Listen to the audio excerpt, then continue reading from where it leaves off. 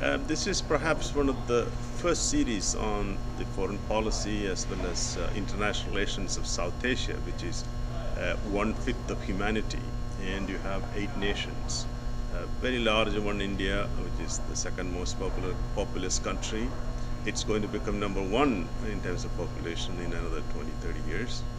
And it also contains the core region of global security challenges today, that is the so-called AFPAC region or sub-region.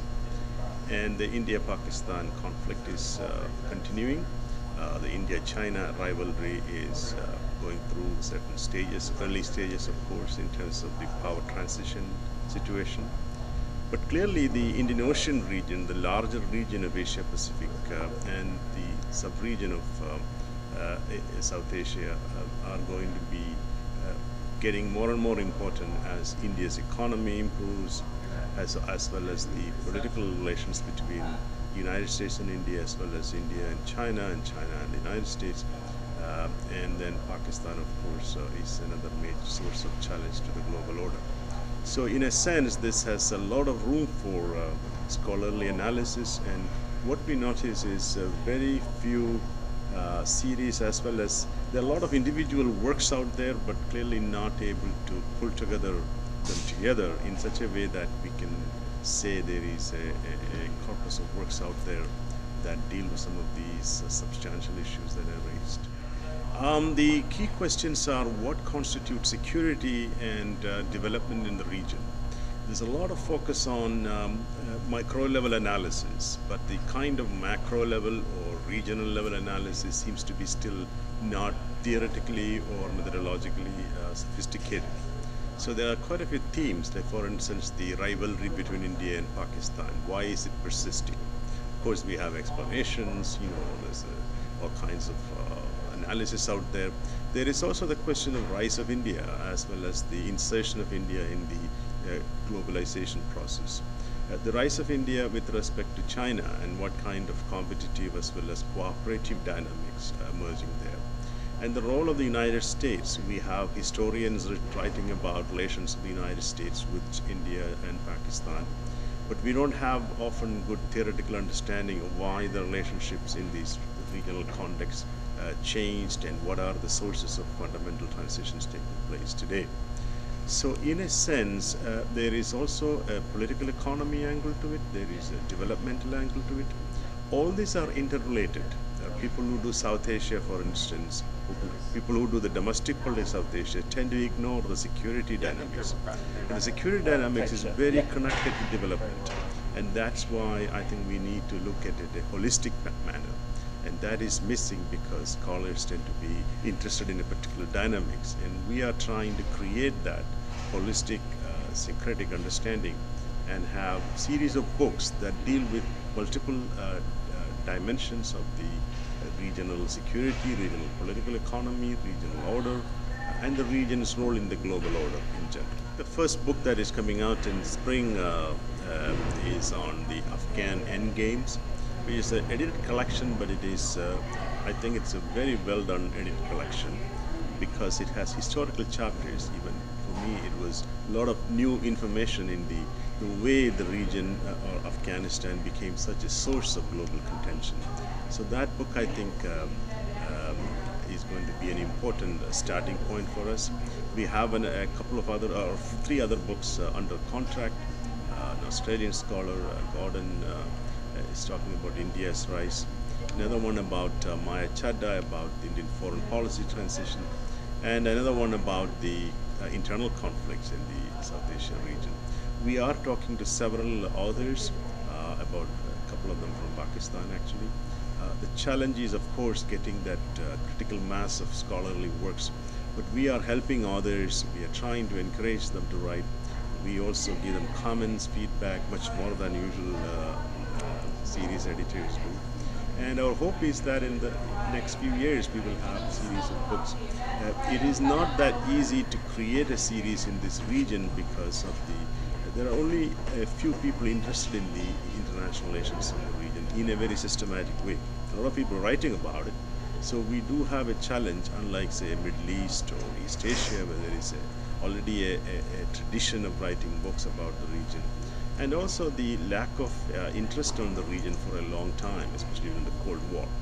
Since the Cold War, there has been considerable interest, but then the scholarly world is only slowly starting to catch up. So I do think that we will have a series of books in the next couple of years or 2 to 3 years.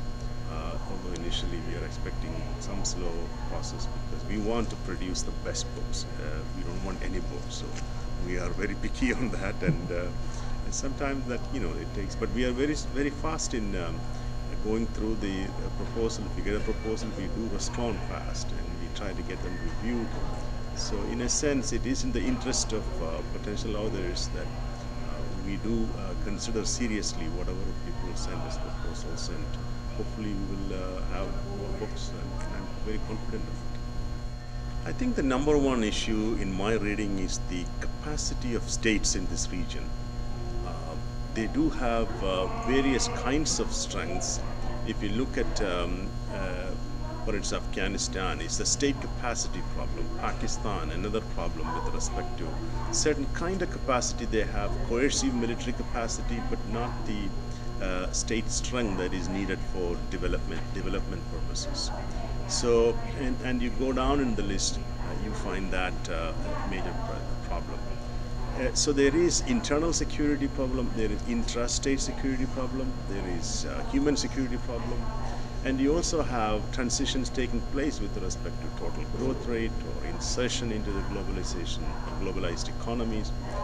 But the big problems are how to get a grip on the interrelationship between different dynamics that's taking place. So I would say the number one issue is, of course, development related, but development and security and foreign policy in the context of rise of new states, rise of powerful states in the region, and the continuing problems in the Afghanistan-Pakistan context, even for global terrorism, for global nuclear non-proliferation issues.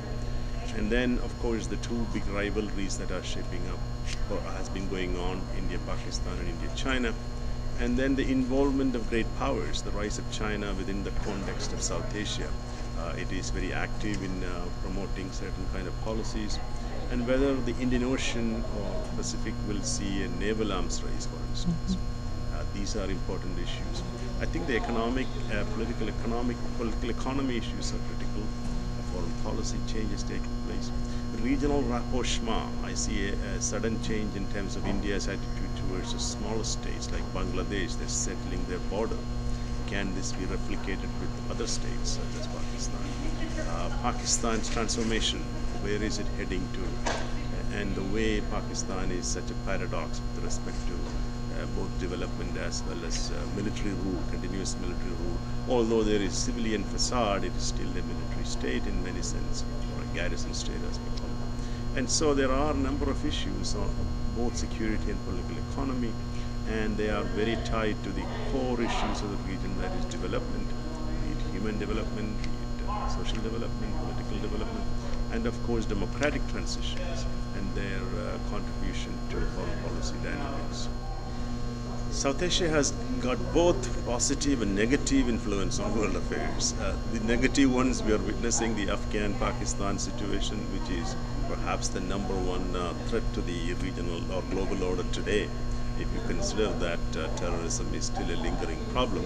So that negative aspect is there. South Asia is a nuclearized region. India and Pakistan both are in an arms race situation. They are building up their nuclear capabilities and missiles.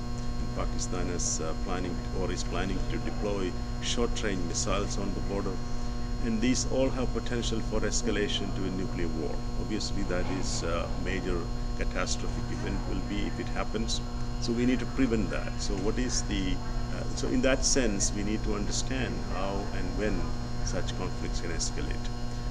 The rise of India, in many senses, happening in a context of unequal development. India has an impressive economic growth, but that growth is not percolating to the average Indian or the poor Indian.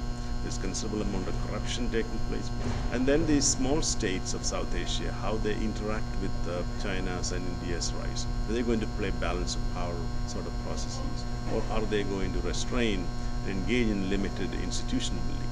finally, I think the institution building is very crucial. South Asia is missing or lacking proper institutions or regional institutions. SARC is the critical institution, but it hasn't reached the threshold level of cooperation as, say, ASEAN has.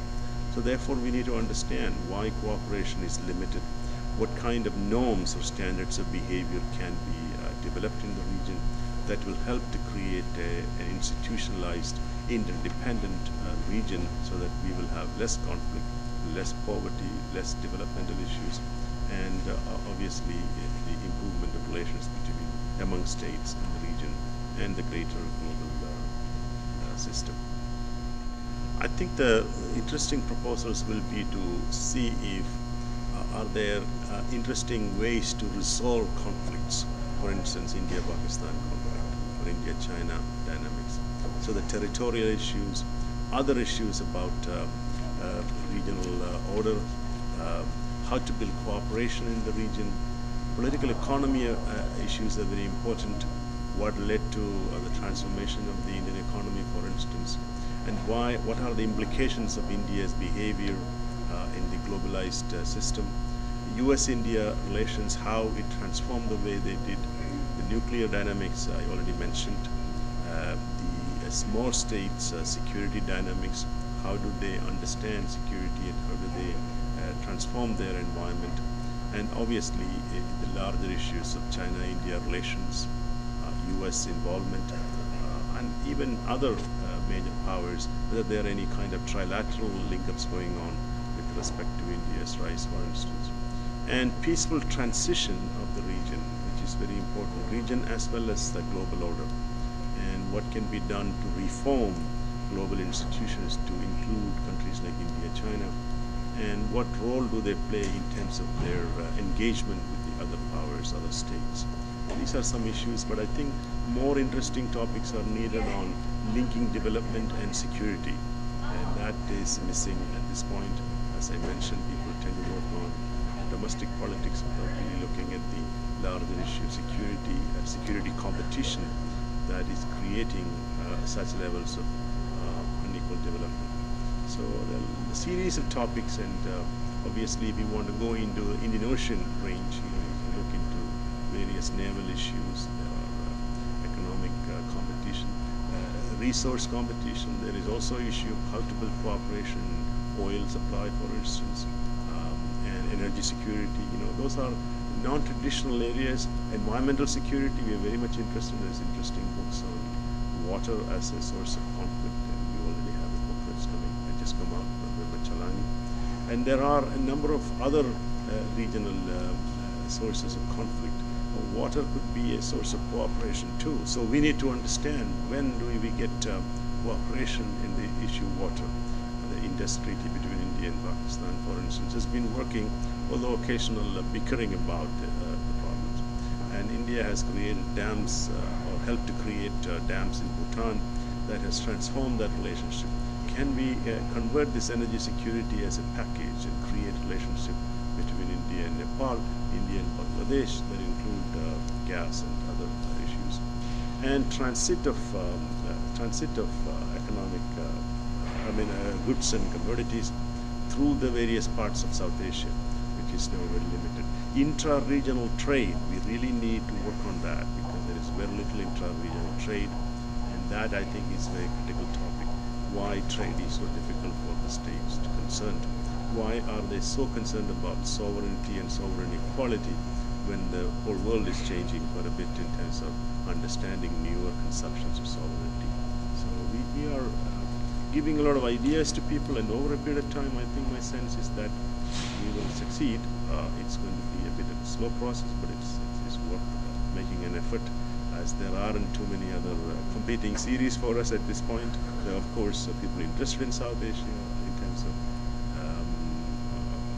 individual books or projects, or Asian series, security series are there, but we need to focus on the region. I think we are making some progress.